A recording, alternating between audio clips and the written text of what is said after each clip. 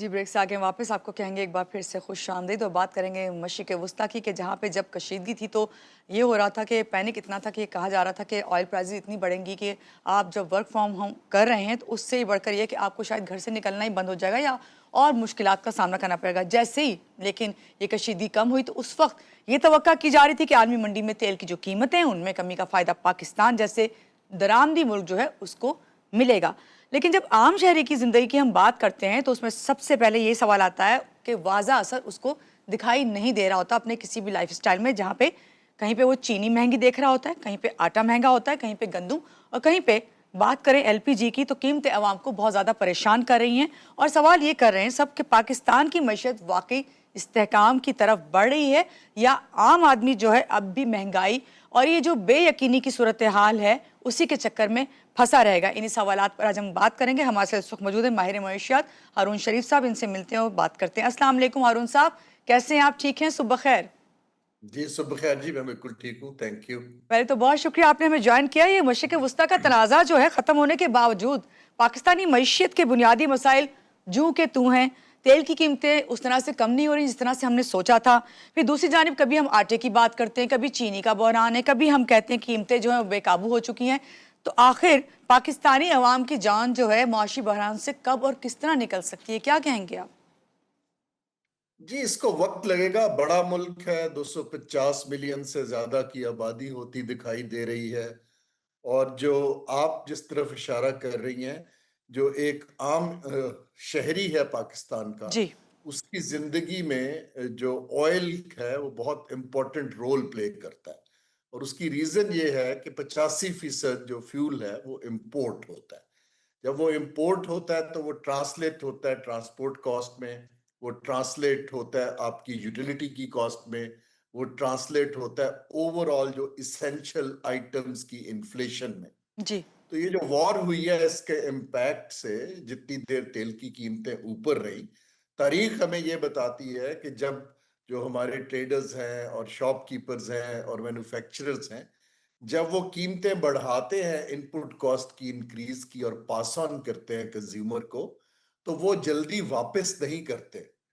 हालांकि प्राइस गिर गई है, जी। हुकूमत ने भी काफी हद तक कम की है, लेकिन जो कीमत बढ़ जाती है इन्फ्लेशन, वो वापस रिवर्स नहीं होती। जी। तो लोगों की कंजम्पशन जो है वो बहुत सख्त मुतासर हुई हुई है। जब हम लोगों की बात करते हैं तो दो तरह के लोग हैं। एक वो लोग हैं जो हमें नजर आते हैं सड़कों के ऊपर। अभी आप मेरे से बात कर रही थी शॉपिंग मॉल्स के अंदर, हम्म। या ओवरऑल आपको गाड़ियां दिखती हैं। जी। ये 0.001% ऑफ पॉपुलेशन है जिनके पास वेल्थ का कंट्रोल। जी। जो मेजॉरिटी हमारी है, जैसे हमने अभी सर्वेज में भी देखा कि गुर्बत जो है वो 30% को टच कर रही है, जी। अनएम्प्लॉयमेंट हाई है। इसको हम इकोनॉमिक्स में कैलकुलेट करने के लिए एक टेक्निकल टर्म्स होती है, हम किसी भी मुल्क का एक जीनी को एफिशिएंट कैलकुलेट करते हैं। पाकिस्तान का 29 से 33% है। इसका मतलब ये है कि जो आम मुतवसत तबका और अमीर तबका, उसके अंदर आमदन का तनासुब बहुत बढ़ गया जी। है। एक बहुत अमीर हो गया है और एक गरीब से गरीब तर होता जा रहा है। राइट। अब इसको ये एक बड़ा एक बड़े मुल्क में जहां यंग पॉपुलेशन है, ये डिस्पैरिटी ना सिर्फ इकोनॉमिक इश्यूज क्रिएट करती है, बल्कि इसके बहुत ज्यादा सोशल और पॉलिटिकल इश्यूज भी फ्यूचर में आते दिखाई दे रहे हैं। जी। हारून साहब, जब बात करते हैं पाकिस्तानी मईशत की और उसके इस्तेहकाम की, स्टेबल होने की, तो हम 2 ढाई साल से सुन रहे हैं कि पाकिस्तानी मईशत जो है उसको इस्तेहकाम के बारे में कहा जा रहा है, लेकिन ये कौन सा इस्तेहकाम है? एज ए माहिर मईशत आप क्या बताएंगे हमें कि ये सिर्फ कागजी बातें हैं या वाकई कहीं पे इस्तेहकाम है भी, जहाँ पे आपने अभी खुद बताया कि 30% तक हमारी जो है गुर्बत की सतह पर हम पहुँच चुके हैं। देखिए, ये जो इस्तेहकाम की हम बात करते हैं, वो बेसिकली हुकूमत के बिल पेमेंट करने की कैपेसिटी का इस्तेहकाम है। ओके। क्योंकि हुकूमत के ऊपर प्रेशर है, उनको टैक्सेस भी नहीं मिलते, ना वो कलेक्ट करना चाहते हैं। हुकूमत के ऊपर प्रेशर है कि वो एक्सपोर्ट नहीं बढ़ा पाते, इंपोर्ट करते हैं तो डॉलर्स चाहिए होते हैं। तो जब आपके पास डॉलर्स कम हो जाते हैं और बजट का खसारा बढ़ जाता है, तो हम कहते हैं कि जी मईशत अदम इस्तेहकाम की तरफ चली गई। अभी IMF प्रोग्राम की वजह से कुछ आपके पास 18% के जी 18 अरब डॉलर के रिजर्व्स आ गए हैं, कुछ बजट का खसारा कंट्रोल हुआ था, तो उसको हम कहते हैं कि मुआशी इस्तेहकाम आ गया। सही इसका मतलब ये है कि हुकूमत जो है अब वो एक पैनिक सिचुएशन की बजाय थोड़ी सी बेहतर सिचुएशन में है ठीक है और हारून लोग चीजें मजीद इंपोर्ट कर सकते हैं। हम्म लेकिन सवाल ये पैदा होता है कि ये जो हम इस्तेहकाम बेच रहे हैं, आया वो अवाम की जिंदगी के अंदर कोई पॉजिटिव इम्पैक्ट ला पाएगा या नहीं। हम्म अभी तक के इंडिकेटर्स ये दिखा रहे हैं कि हमारा पॉलिसी और गवर्नेंस फेल्योर की वजह से वो अवाम को उसका कोई फायदा दिखाई नहीं देता। जी मैंने आपसे अभी यही बात करनी थी कि जो हुकूमत की मौशी पॉलिसीज़ हैं इससे आवाम को कोई फ़ायदा आपको लगता है जो पॉलिसीज़ इनकी बन गई हैं या हमेशा पॉलिसीज़ बनती हैं आवाम तो हमेशा वहीं पे खड़ी होती है यही सवाल कर रही होती है आखिर महंगाई का तूफ़ान कब थमेगा। आपने खुद इसका भी जवाब दिया। क्या पाकिस्तान का टैक्स निज़ाम मुतवसत तबके पर ज़्यादा बोझ डाल रहा है आपके ख्याल में या फिर मईशत के बड़े शोबे अब भी टैक्स नेट से बाहर हैं ये वजह है? जी मानूर, थोड़ी सी मैं इससे हट के पहले एक कॉन्टेक्स्ट सेट करता हूँ। जी श्योर। देखिए, ममालिक के जो पॉलिसी मेकर्स होते हैं उनके पास पॉलिसी चॉइसेस होती ठीक है। हैं कि आया आपने जैसे चीन के प्रेसिडेंट शी जिनपिंग हैं, जी उन्होंने पब्लिकली अनाउंस किया है कि मैं जो पॉलिसी बनाऊंगा वो डेवलपमेंट और पीपल सेंट्रिक होगी। इसका मतलब ये है कि हम लोगों की भलाई के लिए वो पॉलिसी बनेगी, राइट। पाकिस्तान की जो पॉलिसी अभी तक है, एक तो बड़ी पॉलिसी को कम्प्रीहेंसिव है नहीं, लेकिन जो है दिखाई देती है वो बेसिकली एक इलीट को फायदा देती है, वो ओवरऑल पीपल सेंट्रिक नहीं है। जो इदारे हैं वो हर हर शख्स को बराबर की ट्रीटमेंट नहीं देते जी और किसी को प्रिविलेज देते हैं, चाहे अदालतें हों, चाहे FBI हो, चाहे बैंक्स हों।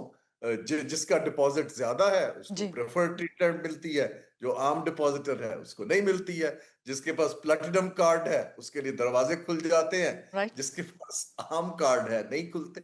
ये एक माइंड सेट है पॉलिसी का कि हम सिर्फ पावरफुल एक एलीट को सपोर्ट करते हैं, ठीक है। अब उसी तनासब में FBI का एक ऐसा इदारा बन गया है, क्योंकि मुल्क की पॉलिसी का ज्यादा इन्हिसार, they want to collect lot of taxes. वो हमें ये नहीं बताते कि ये जो आप टैक्स कलेक्ट कर रहे हैं इससे हम करेंगे क्या, इसका आउटकम लोगों की जिंदगी पे क्या होगा। जी देखिए ना, लोग ये सवाल करते हैं मेरे से कि जब मैं टैक्स देता हूं, इसके बाद मैं बच्चे को प्राइवेट स्कूल में पढ़ाता हूँ, हेल्थ में प्राइवेट हॉस्पिटल से लेता हूँ। जो अमीर आदमी है वो कहता है मैं प्राइवेट सिक्योरिटी हायर करता हूँ, राइट बिल्कुल ऐसे ही। तो हम जो जो हुकूमत को दे रहे हैं उसका रिटर्न क्या है। हम्म हुकूमत को ये सोचना पड़ेगा कि अगर आपने वाइड करना है टैक्स नेट, तो लोगों को एक एतबार करना पड़ेगा कि ये जो पैसा दे रहे हैं ये खाली तनख्वाहों में, पर्क्स में, प्रिविलेजेस में, कर्ज की अदायगी में, फौरन दौरों की बजाय कुछ हमें वापस भी तो मिले ना। सो ये एक जो है डिस्कनेक्ट हो गया है और FBI को लोग एक इदारा समझते हैं जो लोगों की जिंदगी में हरेसमेंट लाता है रादर देन के लोगों को फैसिलिटेट करता है। जी तो ये एक माइंडसेट और तरीकाकार के चेंज की जरूरत है, जो कि रूलिंग एलीट की मुझे तरजीहात में अभी नहीं दिख रहा। आपको लगता है इसको चेंज किया जा सकता है क्योंकि पूरी दुनिया जो है इसकी मिसाल है अगर हम वेस्ट की मिसाल लेते हैं तो? जी बिल्कुल चेंज किया जा सकता है। देखिए, पाकिस्तान में तो मेरे जो लोग कहते हैं पॉलिटिकल विल नहीं है। हम्म पाकिस्तान तो एक ऐसा मुल्क है जहां 15 दिन के अंदर अंदर आप कॉन्स्टिट्यूशन चेंज कर लेते हैं। नाउ द क्वेश्चन इज कि अगर आपकी विल है हम्म तो there is absolutely no issue कि ये चेंज हो सकता है। लेकिन इसको समझने के लिए हमें कुछ पॉलिटिक्स को समझना पड़ेगा। हमारी पॉलिटिक्स जो है इन पावरफुल लोगों के साथ उसकी एक अलायंस है, जी उनकी पॉलिटिकल कैंपेन्स फंड करते हैं, उन्हीं को फिर इन रिटर्न प्रोजेक्ट्स मिलते हैं। हम इसको इकोनॉमिक्स में पेटनेज का सिस्टम कहते हैं। अगर आप मेरिट का सिस्टम बना दें कि कंपैरेटिव बेसिस के ऊपर प्रोजेक्ट तकसीम हो, हम्म M&A स्कीम्स बंद हो जाएं, कुछ लोगों को नवाजना बंद कर दें, तो FBI को ठीक करना 3 साल की बात है। आप प्रोफेशनल्स को दें, दुनिया में सिस्टम्स बने हुए हैं, ह्यूमन टच होता नहीं है। मैं हम्म बहुत ममालिक में काम किया, आज तक हमने FBI की शक्ल नहीं देखी थी, हम ऑनलाइन सब टैक्स कर लेते थे। تو وہ تو کیا جا سکتا ہے، لیکن کیونکہ ویسٹڈ انٹرسٹ کا انفلوئنس اتنا ہے، وہ ریبیٹ لیتے ہیں، ٹیکس ریفنڈز لیتے ہیں، ٹیکس کو ٹریڈرز، زراعت والے، ریل اسٹیٹ والے ٹیکس نہیں دیتے ہیں۔ سب سے زیادہ پیسہ ریل اسٹیٹ نے کمایا ہے اور سب سے کم ٹیکس آپ کے، یہ جو آپ شاپنگ مالز دیکھ رہی ہیں، جی جا کے چیک کریں کہ یہ مال کی مینجمنٹ کتنا ٹیکس دیتی۔ بالکل ناؤ ایسے ہی. یہ ایک فیصلہ کرنا پڑے گا ایلیٹ کو کہ آپ کو سب کو ایکوٹیبل کیسے ٹریٹمنٹ دیا جائے۔ جی بہت اچھے سے آپ نے سمجھایا.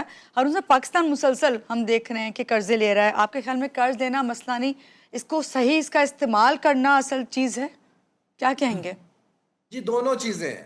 قرض ایک لمٹ سے زیادہ لینا اچھی چیز نہیں ہے۔